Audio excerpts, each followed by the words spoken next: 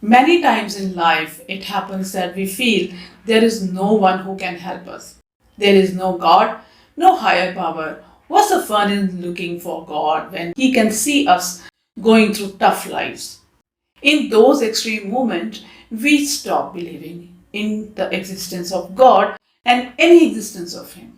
Like many of you, I was also once there when I thought there is no God, otherwise, He can't see me going through all the dramas of this planet. Namaste, dear souls, and a warm welcome to my space of wisdom. I'm Shalini, the Divine Ambassador. And I extend my heartfelt gratitude to all the cherished members of this community, both old and new. In today's video, let's understand what can we do if we don't believe in God and can't believe if there is really one God. Let's begin. When it comes to spirituality, our families guide us down the road of various religions. This choice often relies on convenience or familial influence. I must clarify here, I'm a devoted believer, yet I don't judge what's right or wrong. For me, it's all the part of the divine drama. Staying within your religion is perfectly fine. Let me share something different that might resonate if you are open to receive. Looking back, the world didn't start with religions, countries, or borders. It was just land. Did God exist then? It's hard to say. What if the essence of God is in everything, not just within the boundaries of religious streets? How transformative would that be? The concept of God is that individual element of God that is part of the whole piece of this planet and beyond, and is existing in everything that is so on this planet. This is our limited perception. We are trying to find Him only at a particular place or in the street of religion. How foolish we are, isn't it? Imagine if we start seeing that God in everything, we will stop seeking immediately. During one of the conversations with God, when I asked Him, why don't you show up in the physical form as everything in the subtle world shows up in the physical form in some or the other way? Why don't you show up and let the world know about your existence? He replied, I am so expansive that I can't consolidate myself into one human form. Even if I try to do so, I have to collect my energy from all over the universe, and if I do so, the whole creation will collapse.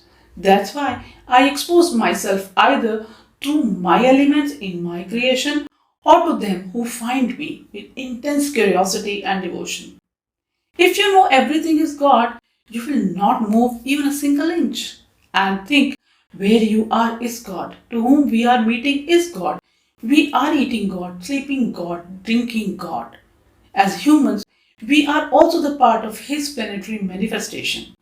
We also have His energy. What do you think? Isn't He right? He explained that ultimate human life goal is not seeking me, but simply realizing the one truth that I am that I am. Now, as I know that this statement is the truth, but it's not in your experiences, so how can you trust this statement if this is true or man-made? When I asked what must we do to realize the truth, he replied, to experience the truth, we start seeking out in others, in existence, in worldly systems, cultures, faiths, and whatnot, where we just need to find the truth within us by closing our eyes to the dramas happening around us.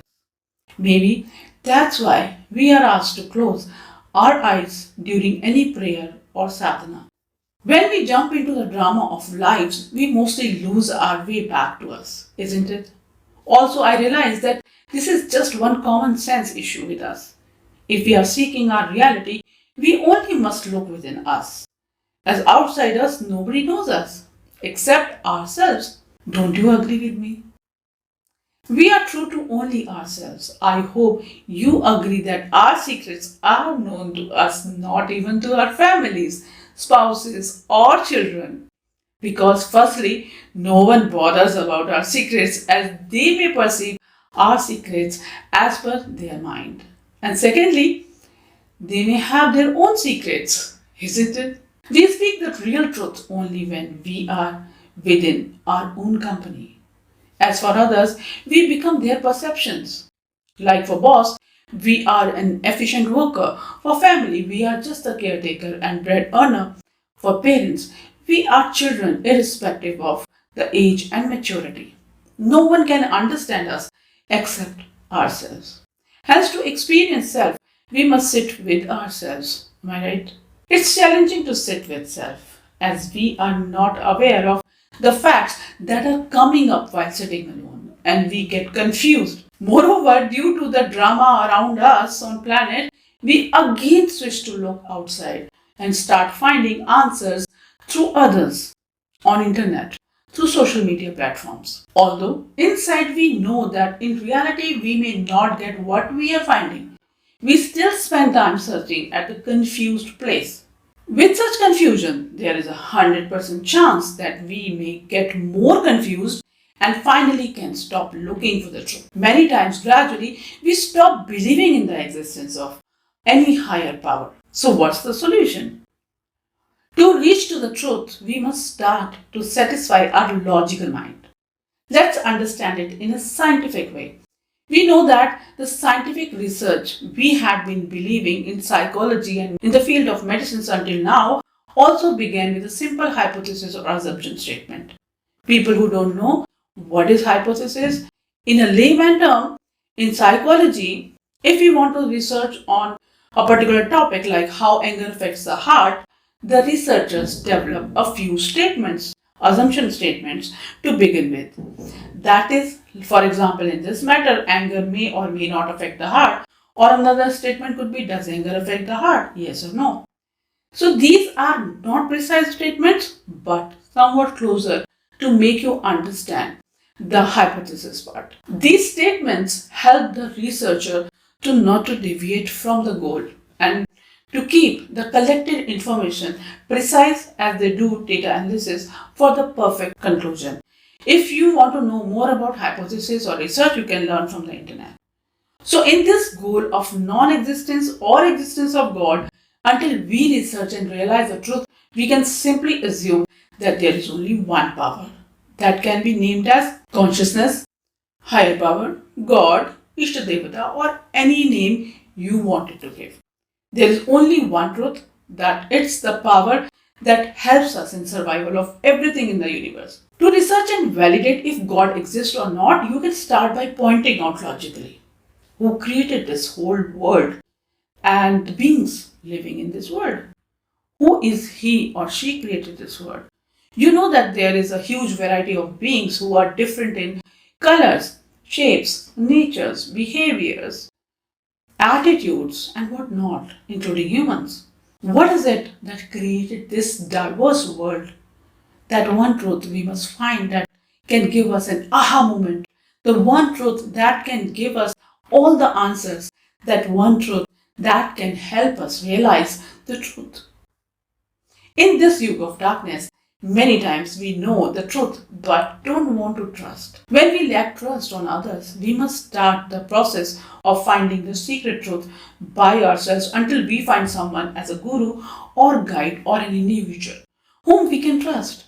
The whole idea is not to stop until we find the truth. So, however you can satisfy your mind, you can keep your search alive. We never know, maybe we can realize something in the process. What must we do to keep our research continued until we realize something? There are ways to sadhana through which we can realize God, I am that I am, and the truth of existence. You have heard these practices which I am going to share many times, but these work if you are a true researcher.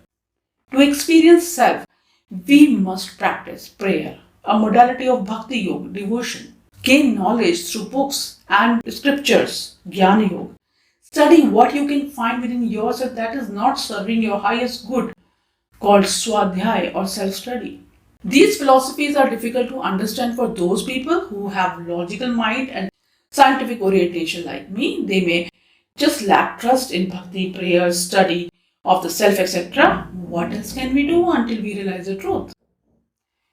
If we think that we don't have any Ishta Devata, we can't pray to them, we can simply pray to that one particular power that saves us from the daily situations of our lives, where we are saved from an illness, an accident, a fraud, or anything we can relate to our day-to-day lives. And finally, we say, thank God you saved me and I was lucky.